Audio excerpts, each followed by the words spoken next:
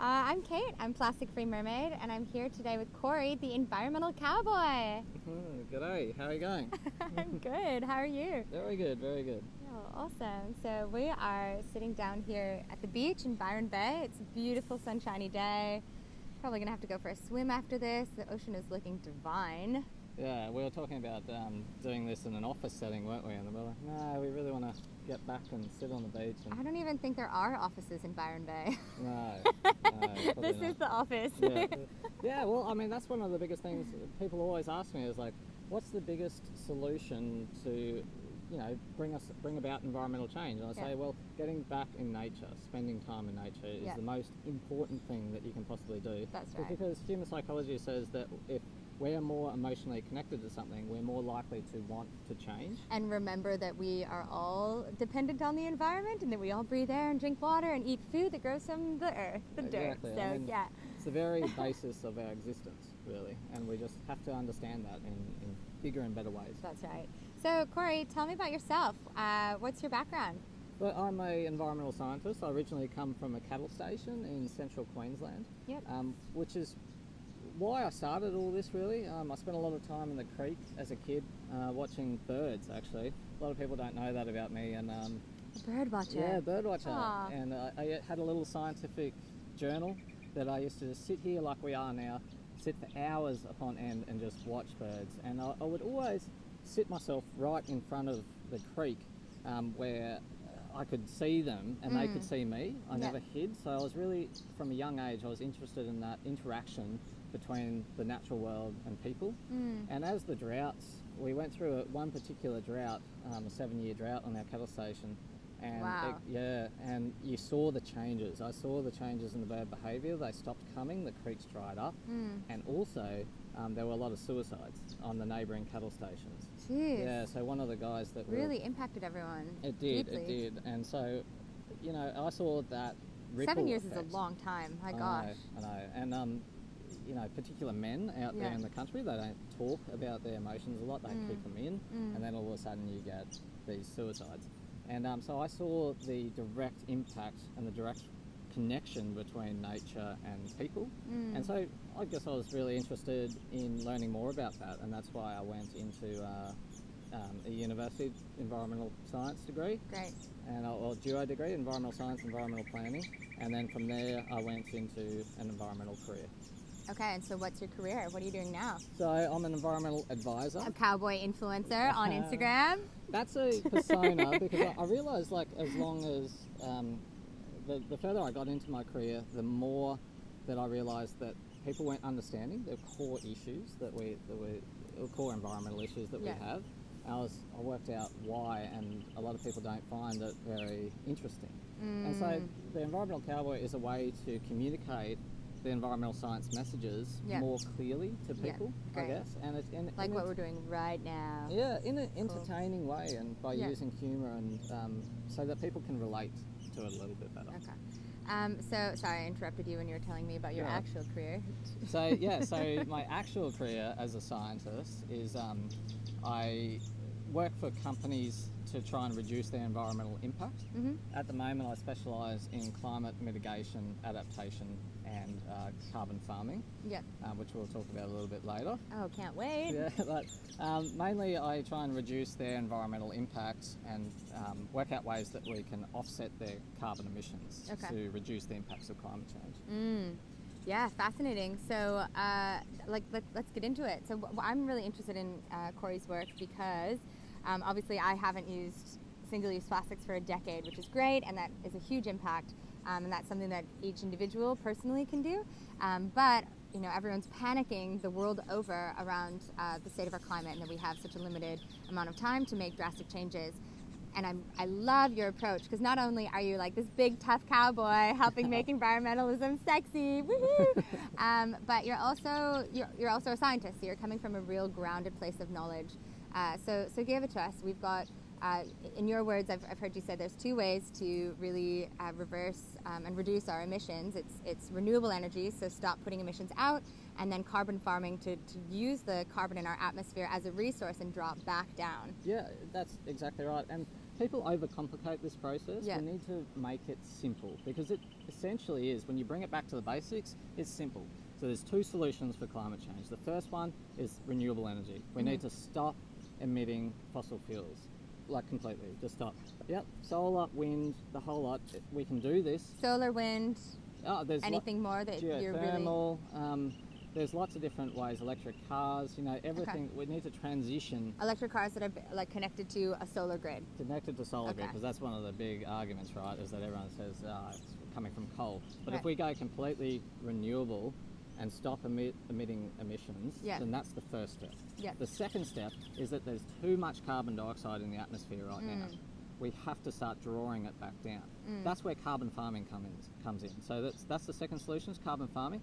And to explain that really simply, it's a way to safely store our carbon emissions in our forests, our oceans, and our soils. And there's lots of different scientific methodologies to do that, and that's what I work in primarily. Okay, great. And so let's talk more about the different kinds of carbon farming. Because, I mean, personally, marine permaculture is really exciting to me. I feel like I could just sail out to my seaweed farm and dive in and just dive underwater and manage my seaweed crops. It just sounds great. Yeah, so that's probably one of the biggest solutions that I see coming up. And that comes under the blue carbon methodology, which is ocean. Ocean, drawing down the carbon dioxide and storing it safely in our ocean. One of the ways that we can do that, one of the most encouraging, positive things, methodologies that are out there right now, is developed by Professor Brian von Hertzen over in the States. And he developed this open ocean seaweed model, is where these massive seaweed farms draw down a huge amount of carbon and store it safely, and then they drop it to the bottom of the ocean. They cut the ropes that they're growing on, drops it to the bottom of the ocean. It closes off that carbon loop. So that carbon doesn't re-enter the atmosphere for thousands of years. And there's lots of other benefits of seaweed that we're seeing now too. So in Australia, CSIRO and Meat Livestock Australia have done scientific trials to introduce seaweed into cattle diets. And the results that they're seeing are pretty amazing. The cattle love it. Yeah, well, that's one. But the second thing is that if you introduce 2% of seaweed into the cattle diet, it reduces their methane emissions up to 99%. Wow, cleaner burbs. Yeah, it's great. It completely. Imagine if we fed seaweed to cattle all across the world. Wow, that's incredible. I mean, so their digestive tracts must respond so much better to this food. They do. Yeah, that's great. Completely eliminates it. So that's one. And then we obviously seaweed is a food source. So as the droughts get harder and agriculture gets harder, then the ocean, we look to the ocean for solutions for a massive food source. And now they're doing research into using seaweed for plastics, which I know that as a replacement. So I know that you'd be really interested in that one. Very exciting. Can't wait to see more of this. Yep. And but that would all get paid for as a carbon credit. So a carbon credit is equal to 1 carbon tonne of carbon dioxide emissions. Okay. And then you put a price on that carbon tonne, so people can actually get paid to do this, to farm it. Yeah, great. Okay, so creating an economy around carbon.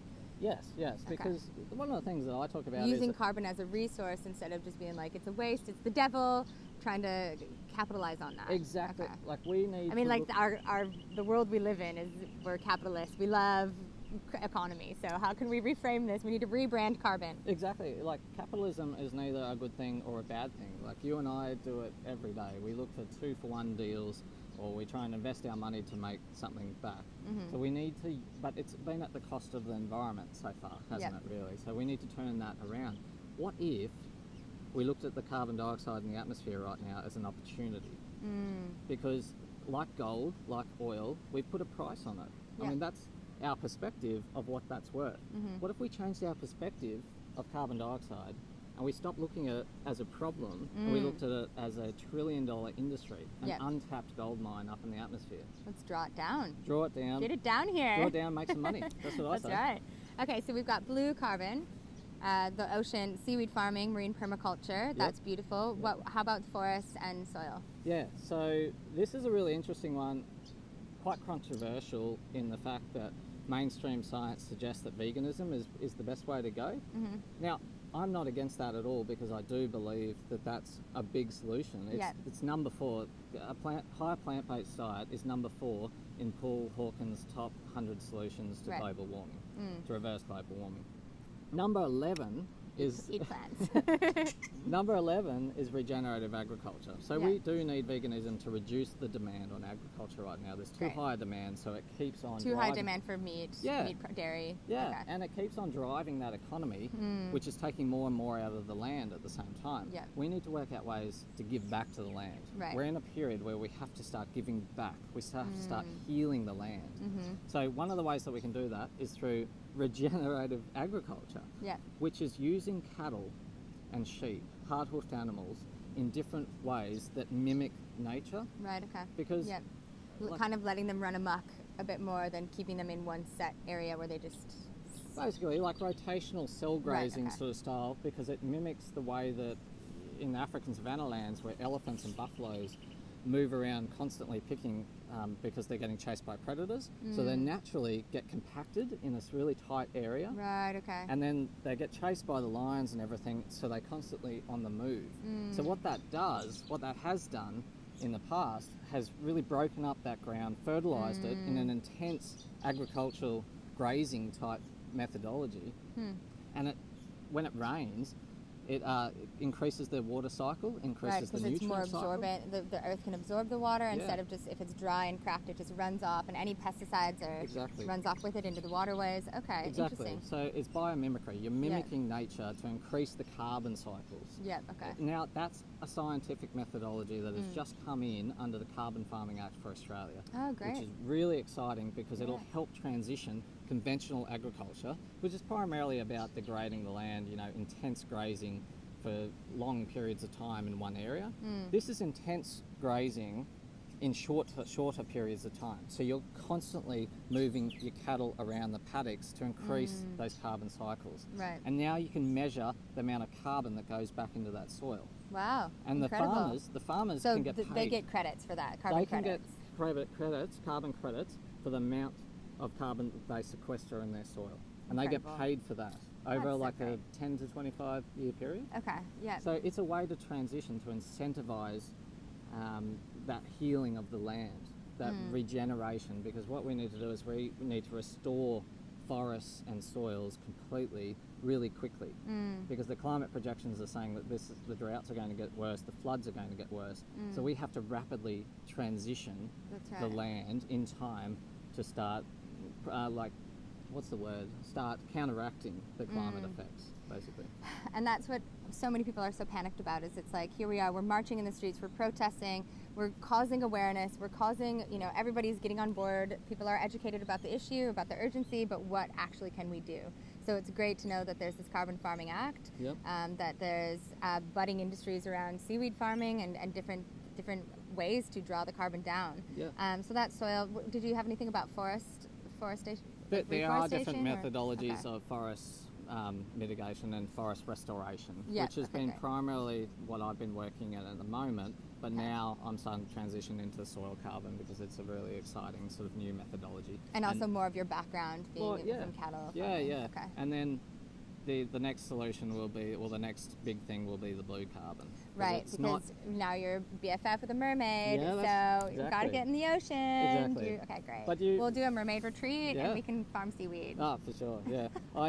You raised a really good point before, though, about what people can do. So, that's all well and good for farmers, and they can transition. And we can vote for people for these different acts and support them. Okay. Yeah, so one of the things that you can do is that when people, like when you go fly with Virgin or Qantas, for example, there's a little tick down the bottom saying, do you want to offset your carbon footprint for this flight? It costs like $2.20, $2.50 sometimes. Now, all of that money goes towards that carbon credit. So you're putting your money back into forest revegetation, soil regeneration type projects, like those carbon farming projects I was talking to you about. Right. So your money's actually going directly towards these projects. That's so great. I used to work on these projects, so I know the direct environmental, social and economic impacts, positive impacts that this carbon farming scheme has. People think it's, they think their money is going towards another tax or it's getting lost somewhere. This is not getting lost. This is Yep. going towards very direct direct.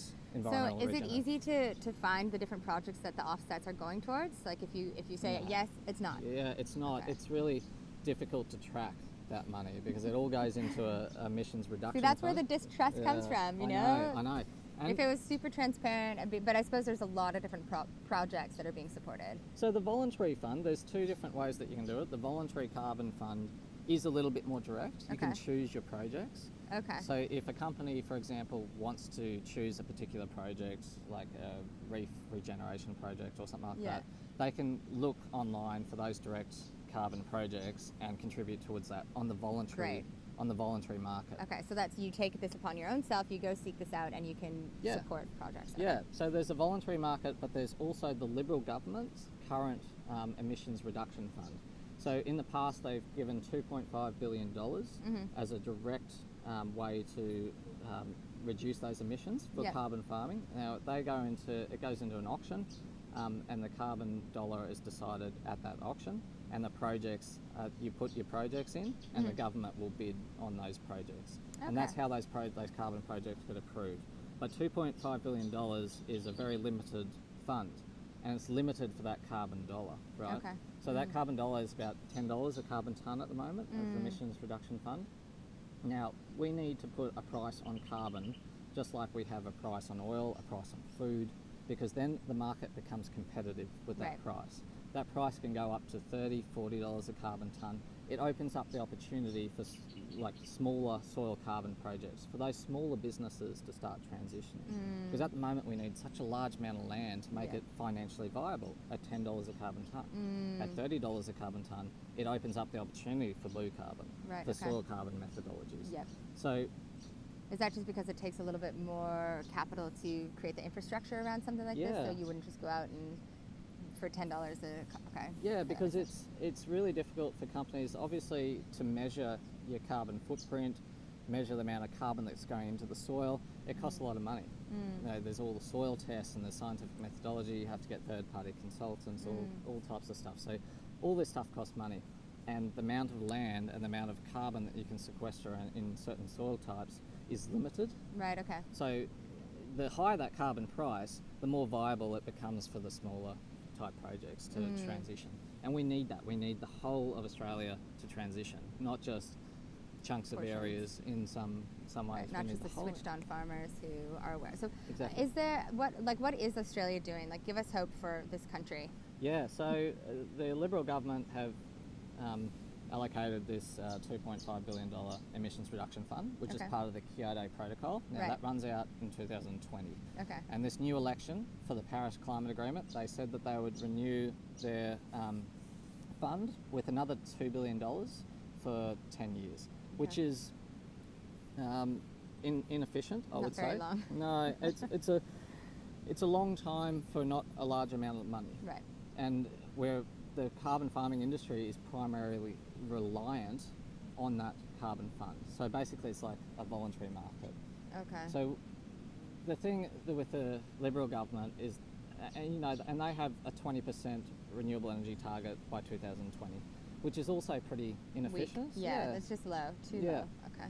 Now Labor, on the other hand, they have 50% renewable energy target by Yeah. 2030. They also have, in the past put a price on carbon, and that did work. That price went up to $30 a carbon tonne, which opened up the opportunity, like I was saying before, for new scientific When was that? methodologies. Yeah. I can't remember when it was, but whenever Kevin Rudd was in, that's when he put that price on carbon. Okay. It was working. Yeah, And right. the industry did the rest. What's the industry? The carbon industry, the budding carbon industry? Everyone. Okay. So everyone that emits a fossil fuel footprint Yeah. had to contribute to that industry. So it's Right, it's a okay. regulated industry. So all the fossil fuel companies, they have a massive fossil carbon footprint, obviously, and they would have to contribute to that fund. So they would have to then go and source carbon projects, like soil carbon projects. Right, okay, great. They would okay. have to That's do that. incredible. So to offset. Yeah, to offset. Yeah, And oh they my would- gosh. they would Checks have- and balances. They would Okay. have to go directly to the farmer and say, okay, I want to implement a carbon project. I'm going to give you $20,000 a year, $60,000 a year Yeah. here. and then you would go to the third-party consultants and they'd manage all the science for you. So it really regulated the industry. The industry did it itself, rather than relying on that emissions reduction fund or a voluntary market, which is pretty minimal. It's just restrictive. So if you put a price on carbon, it opens up the opportunity for more methodologies, for more industry, for competitive. So we can start trading carbon emissions like any other commodity. And we can move towards an international trading scheme. And the Paris Climate Agreement... So that us here in Australia, with a mine, say the ADANI mine, it's like the ADANI mine is not being factored into Australia's emissions because they would be shipping all of that coal over to India. So would Australia then be responsible for some of that, or it would just be taken into account? That depends on policy, on their policy, but that's called Scope 3 emissions, is where we don't burn it in Australia, if we ship it overseas, it gets burnt. And so it's on India, not Australia. So we're not really legitimately carbon neutral. So that makes sense. That explains a lot of how the government is like, it's fine, let's open up a ADANI mine. It's not going to count for the emissions of Australia because it's just being shipped away. Well, Queensland Very had sneaky. that. Queensland had that 2050 carbon neutral goal. Right. But they're saying that ADANI mining doesn't count to that, because they're shipping overseas. It's like, well, no, if you want to, that's called Scope 3 emissions. If you want to legitimately be carbon neutral, we need Scope 1, 2 and 3 emissions that count. Right, that's right. What are Scope 1 and 2? Yeah, like I think everyone has a carbon footprint or environmental footprint. Absolutely. So everyone has to take accountability for that. Everyone has to take responsibility. It's like karma. It's like we all have it. It just depends on if it's good or not. It depends on how much you're putting into it. Yeah, and I think people are too harsh on others, eco warriors. That, they criticise. They're very quick to criticise. It's like we are all part of a system, a super organism, if you like, and it's really hard to jump out of that cycle. So, like, I own a car, but I offset my emissions as well.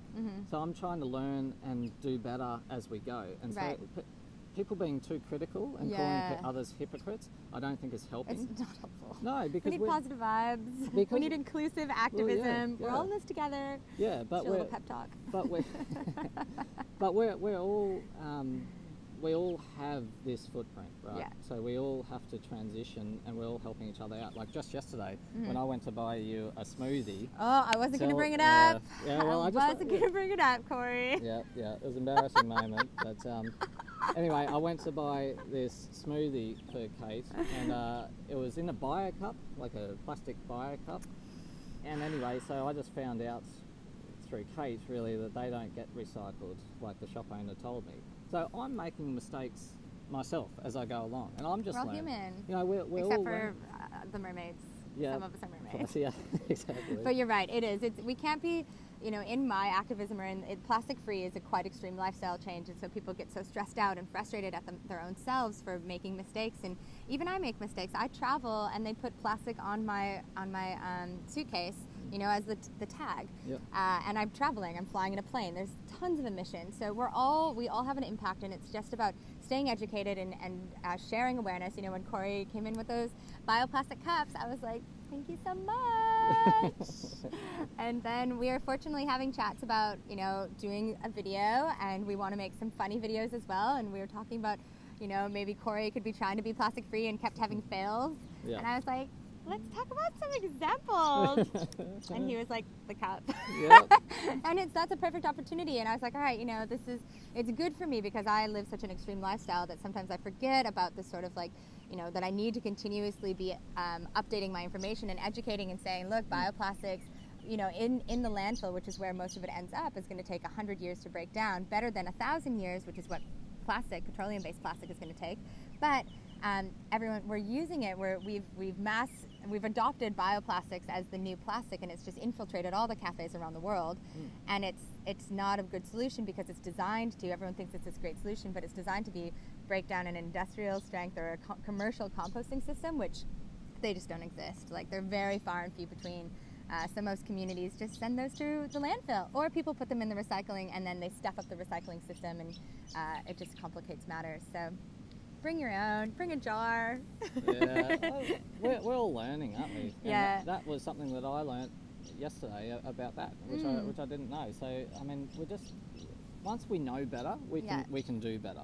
Yeah. And the other thing is that, like I know that you are as well. I don't even have to ask you to know this. Is that a lot of people don't find this type of stuff fun, right? And they get disinterested or bored talking about environment or about helping the environment. But like you and I, with what we do with our lives now, I don't know, it has enhanced my life. I feel rich. Yeah. Like even though I don't have like money, as in wealth rich, which is what society defines as successful, I feel like the wealthiest man alive just because I meet so many beautiful people like yourself, and I'm doing something with purpose, and it is fun.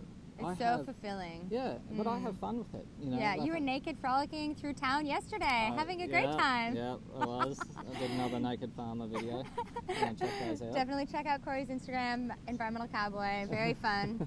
Very fun environmentalism. Yeah, but I mean, like everyone, and one of the big solutions that I talk about is that you don't have to become a persona or a scientist or any type of environmental advocate. You can chase your own dreams. If you want to be an engineer, if you want to be a teacher, there's a solution, an environmental and climate solution for every single career. And that's what I do primarily, is I go along to those different careers and businesses, and I help people to understand how they can incorporate those environmental and climate solutions. So it's just about chasing your dreams, following your dreams and your path, but being more aware of these issues along the way, teaching others, and then reducing your personal impacts, your company's impact, working with the solutions in your own life. Okay, so we all have an environmental impact, and it's interesting. I was at a rally just a few days ago for the Stop ADANI Convoy, which is this group of activists. Everyone's traveling up the coast to raise awareness and to build community support against the building of the ADANI mine, which is going to open up the Galilee Basin to 7 or 8 other mines, and pollute the aquifer and dredge the reef, and all these horrible impacts of this one gigantic I think the biggest mine in the southern hemisphere. I mean, it's just awful. But we all drove in cars that are burning fuel, and it felt, that was probably one of the biggest criticisms of this particular method of activism, was you're all driving in cars, you're burning fuel. So how do we offset, like in the meantime, as we wait for, or not necessarily wait, but like as we get involved and we try to speed up the conversion of our cars and our grid to solar? I mean, is it moving fast enough? Are we going to get there in time? I guess that's the million-dollar question, is that the only challenge that I really see, I mean, all the technological and scientific solutions are there right in front of us. We have everything that we need. Yep. Humans are reactive. They're not proactive. We're working off a 2 million-year-old brain, the amygdala in the back of our brain, that works on that freeze or flight or flight. So what we're doing is that we're only reacting to these natural disasters now as they get worse. And we don't want to leave that too late, because it'll be very hard. The longer we wait, the harder it will be to reverse some of these changes. So that's the only question left, is how fast can we react to this? And for me personally, I think that this is the next level in human consciousness. For the first time in history, in human history, we have to start uniting.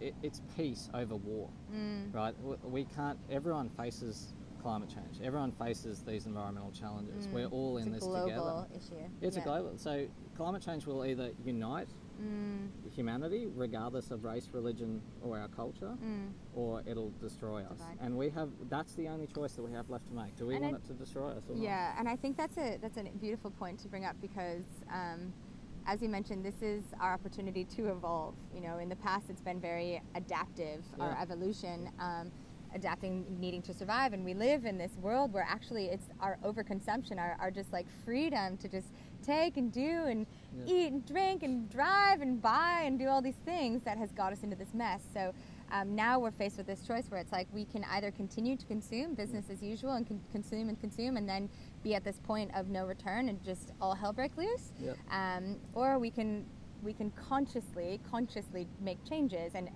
and support the industry that needs support, and vote into power the politicians that are pro-planet, and make strong changes in our personal lives.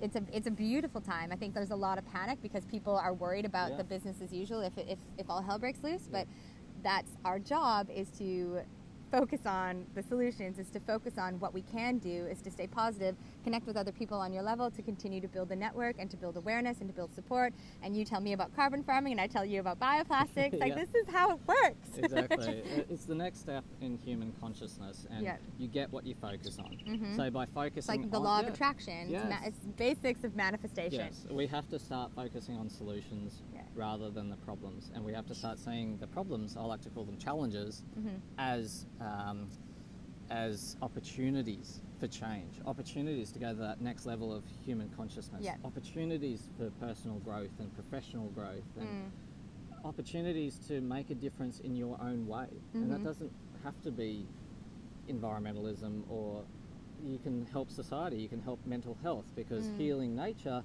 is in turn healing our own hearts and minds at the same time. So all of this stuff is strongly interconnected, intertwined into each other. There is no one solution, there are many. That's right. And everyone... Amen to that. Yeah, and everyone can find a solution for their own life, and that's one of the biggest things that I preach. And that's an important lesson of nature as well. There's not just one tree that feeds the world. It's many trees, it's a forest, it's many plants, it's such diverse species that graze on the lands, and you know, it's like it's a massive ecosystem that's all interconnected the globe over, and that's how we're going to save the world too. You know, it's biomimicry again. It's like, how can we be more like nature? Let's each be, I am a fruit tree and you're like a whatever, a vegetable, or like a seaweed. You know, it's like there's different, we all bring something to the table, and that's why it's really important. And I love your point about you don't have to be like an environmental cowboy or plastic-free mermaid. Whatever you're doing, there's so many ways to lessen your footprint and inspire. So it's kind of like renewable energy, so like make your energy renewable and then draw down the carbon, so like reduce your emissions and do invest in your local community. So there's a billion ways to do this, and it's just about doing it. It's just taking the initiative, being proactive instead of reactive. Yeah, exactly. And I think there was a famous quote by Albert Einstein one time where he said, if you don't understand something, look into nature for solutions. And that's what we have to do right now. We have to get back to our basics. We have to look to nature. We have to get back to our grounding, our history, because what we've done with urbanisation is we all live in cities, so there's a massive disconnect between the natural world walls, and us. We've got air conditioning, fake air, we live in fake boxes. light. We live in boxes, and that disconnects us to what really matters. You know, nature is what helps humanity survive, and we've neglected that for so long. And we are nature. Like, humanity is nature. We're all connected. Quantum physics, I mean, everything is one. That's and that's not just spiritual, you know, it's not just a spiritual bullshit really in the end. It's like, that's science, is that we are all one, and we have to start understanding that at a deeper level so that we can change. And one of the ways that we can do that is just spend more time in nature. Go for a walk, go and walk up a hill on a mountain and look over the sunrise or sunsets, and just spend more time. Just go breathe. Go diving. Off the devices, into nature, connect to what really matters. Can you just give me the scientific explanation of we are all one? Yeah, so if anyone's looked into quantum physics or the quantum realm, quantum mechanics, is that when you break our molecules down to the most basic level, to the smallest level, the smallest atom, the smallest electrolyte that you can have, then it's the same. What they're saying is that it's pure intelligence. It's nothing. It's a space of energy, of pure energy. And whether it's my skin, your skin, that tree, this sand here, everything around us, when you break it down to that smallest atom, it's exactly the same. Everything on a scientific level is the same. It's just our perspective of how we actually see the world around us. So if we start seeing the world around us as one, as connected, as interconnected, as our very existence, all of us, you, me, everything, then that's when we start seeing things in a different way. That's when we can start to implement real changes, because that we care about that tree as much as I care about you. Right. So it's just our perspective of how we see something. That's so beautiful. I mean, it allows us all to have incredible compassion for each other, you know, for some of the leaders in power that we don't always agree with. Yeah. And that's where we need to get to in the world, right? Is that we have to stop fighting. We have to stop seeing others as enemies, and it's a waste of energy. It is, and that's with the whole vegan meat eater debate at the moment that's getting really heated, is that we have to understand both perspectives. We have to understand both sides. And we need to work together. If someone feels they need meat in their diet, they can reduce the amount they eat and make sure that they're getting it from, very sustainable sources or regenerative sources. Exactly. So you can eat meat, just eat it from regenerative agricultural farms. Basically. And that's a beautiful way to truly have an impact, because those farmers really need support as well. Exactly. So again, there's many ways to do this. Just one last thing. There's a few. Paul Hawkins' drawdown theory. What was the number one thing?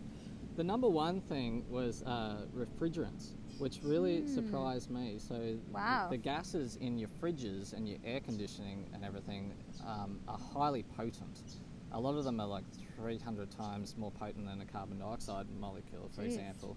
So that was the number one thing, is to start replacing the gases in your fridges and air conditioning to more sustainable type gases. And there are ways that you can do that now.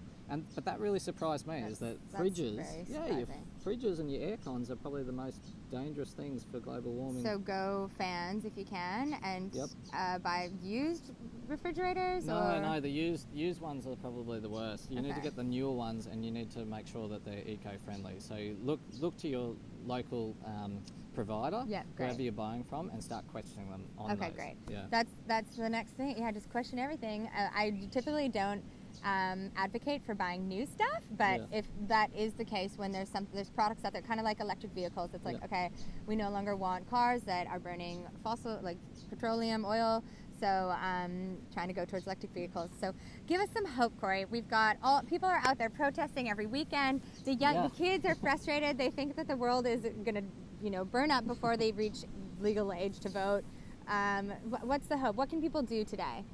Look, I honestly think, just knowing from what I know about seaweed, for example, if we use 10%, just 10% of the ocean for open ocean seaweed farming, we not only create life on the surface of the ocean, because obviously it's a marine desert out there at the moment, the surface anyway, but maybe some plastic tumbleweeds rolling through. Yeah, basically it's a marine desert on the surface, but open ocean seaweed farming is circulating that nutrient-rich water to the surface. It's creating life. But if we use 10% of the ocean for open ocean seaweed farming, it can draw down 40 to 50 gigatons, is what they're saying, of carbon dioxide per year, which is all our annual global carbon emissions. Just 10% of the ocean. Obviously 10% is a lot, but can we do that? I think we can. Do I need to quit my day job of being a plastic-free mermaid personality and just get into seaweed farming? Come seaweed farming with me, yeah. Let's do it. I mean, that's just one methodology of carbon farming. And then you've got regenerative agriculture, which can reverse desertification as well. Right. So it's the same concept as the ocean. We're reversing all these So how do changes. people support these though today? Like, is that if you eat meat, make sure that it's coming from a regenerative agriculture source. Or farmer. Same as with food, buying local from organic farmers that have diverse crops, not just one.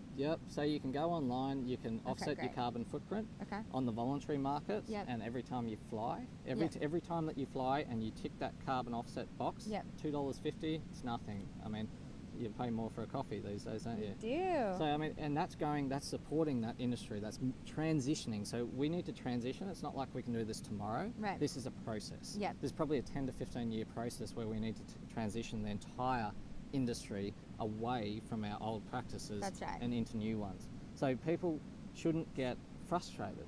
Right, but let's give people 5 things they can do today. 5 things. Like this week, this month, this year. Okay, so number 1, offset your carbon footprint. When you fly. When you fly, in particular, it's probably the easiest one. Or the voluntary program. Right.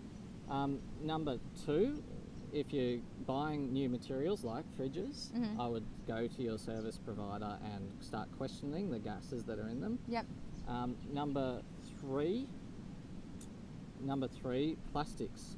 I would start questioning plastics, especially when you go to your shops, because I mean, like, I bought that bio cup, I didn't know. So I think But you did question, and the owner of that shop has probably been fed the same propaganda. It's all greenwashing. I just need to get better at my messaging. Yeah. It's really the thing. Yeah. I'll work on that. Yeah. Number 4, I would go a higher plant-based diet. Yep. But I would also source your meat from more sustainable resources. Kangaroo meat in Australia is very sustainable. Okay. They're in plague proportions out west, and they do more damage than what cattle do. Okay. And that's because of agriculture, because Right. we've built up their numbers from different watering points, so their population's exploded. Okay. So kangaroo is part of that transition process Interesting. from a conventional driven meat, Yep. beef, into regenerative agriculture. And there are farmers, there's about 10 to 15% of farmers in Australia practicing regenerative agriculture. So you can source them online. I can give you details for that. That'd be and great. you can buy the meat directly through them. That'd be great. Chicken is another carbon-friendly offset. So Okay. the ethical side... Especially if you've got them in your backyard, or if your neighbor Yeah. does or something, and they're The eating the compost exactly. food scraps. Exactly. Okay. The ethical side of meat is a different story. I go straight science. I understand the ethical side as well. Yeah. So your personal choice with that is your personal choice. That's It's just right. to go more carbon friendly, these are the options. Number 5, I say definitely spend more time in nature. It's probably the most important thing that you can do, because you'll be more connected, get your friends involved, or go down to the local waterhole or go diving in the ocean. See the surfing. beauty. There's a beautiful wave Yeah. just there that we're staring at. Just get out there. Look at the beauty in the world around you, so that we can start to change and start to see what we're missing out on and the damage that we're doing. And just remember that we are nature. Breathing the air that the birds are breathing, and eating the fruit that the bats are eating, and just being a part of it, and remembering that this is, there's a beautiful Joanna Macy quote that, to sum it up, is, once we remember that we are a part of nature, that it's not the ego self, but the eco self, our ecological self, ourself. Like, we are one, we are connected to everything. Once we remember that widening sense of self, that we are all connected, then it doesn't feel like a sacrifice doing these things to reduce our carbon emissions or to reduce our plastics usage. It's just natural. It's just how we take care of our body. It's like I do yoga because it makes me feel good. Yeah. I do these things because it makes my planet feel good. So it's just that remembering of our true nature. Yeah, and that's right. And I like to do a lot of study on indigenous cultures. Yeah. And the Native American Indian culture and the Aboriginal culture, the traditional cultures, they all have the same values, is that they all have a similar concept of that Lion King circle of life, is where they give back to nature in turn so that it can give back to us. And they all have burial rituals and all types of stuff around this. It's a spiritual element that we have now lost to some extent because we don't live directly on the land. Like, we're both barefoot right now in the soil. We don't do that as society anymore, and it's a direct disconnection with nature, a direct physical and spiritual disconnection. And I'm not a religious or hippie person like that, but the science is saying directly that we have disconnected ourselves to the wonders of the world beyond the city lights, and we have to reconnect ourselves, and that is the biggest thing that we can do right now, is because we will not change. There's so many different solutions out there. We will not change unless we care about something. That's right. And we have to start caring more. That's the basics of it.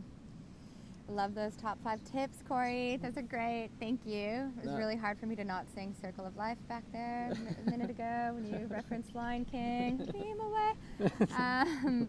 Great. Well, thanks. It's been so fun chatting with you in this beautiful setting. Yeah. Thank you. No, thank you. And for anyone that's losing hope out there, I just want to say that we really shouldn't, because people are rising up.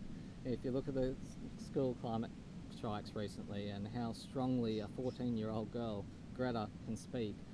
And 16. Is she 16? She's 16. I thought she was 14. Okay, I know. 16. She's really nailing it. Yeah, she's absolutely incredible. But if one person can change the world and help people to rise up like and that, activate the youth. Yeah. I mean, it's beautiful. It's incredible, and there are so many solutions out there. So I wouldn't lose hope. And the IPCC reports can scare you, and we've only got 12 years and all that stuff. But once people react to this, once we see the solutions in front of us, once we know what to do and how to change, then that's when humanity can be extremely powerful. We use love to connect the world. We use the solutions. All you need is love. Yes, exactly. I couldn't hold back there. Sorry. But it's true. Thank you for that. That we've got the 5 tips from Cory to start today. Things that you can do to reduce your impact, and having these conversations, talking about this stuff. We've got lots of holidays coming up, so it's always great when you're with your family, at work. I know sometimes politics can be a touchy subject, just like religion, but it's just as Cory explained, it's all one. So you just have to frame it in the right way. It's all about perspective. So that was a really lovely explanation, and I think we can apply that also to our discussions around these topics. Is figure out the framework, figure out the lenses with which you want to discuss these issues, so that we're able to have meaningful conversations that are inspiring, that are informative, and that have impact. Thank you so much for today. It's been so fun. Yeah, no, thank you. Yeah. Where can people find out more about your work? About my work, I've got a website, so www.coryhancock.com. Spelling? Khory, and then Hancock, Hancock. Great. So it's a bit different spelling. And then I've got my social media sites, Environmental Cowboy, and you can follow me through that. Yeah. Great. Yeah. Cool. Thanks, Cory. That's all right. All right. So you guys definitely subscribe to the podcast or the YouTube or wherever you're viewing or listening to this lovely little chat we've just had, and follow me, Plastic Free Mermaid, and website iQuitPlastics.com. All right. See you later.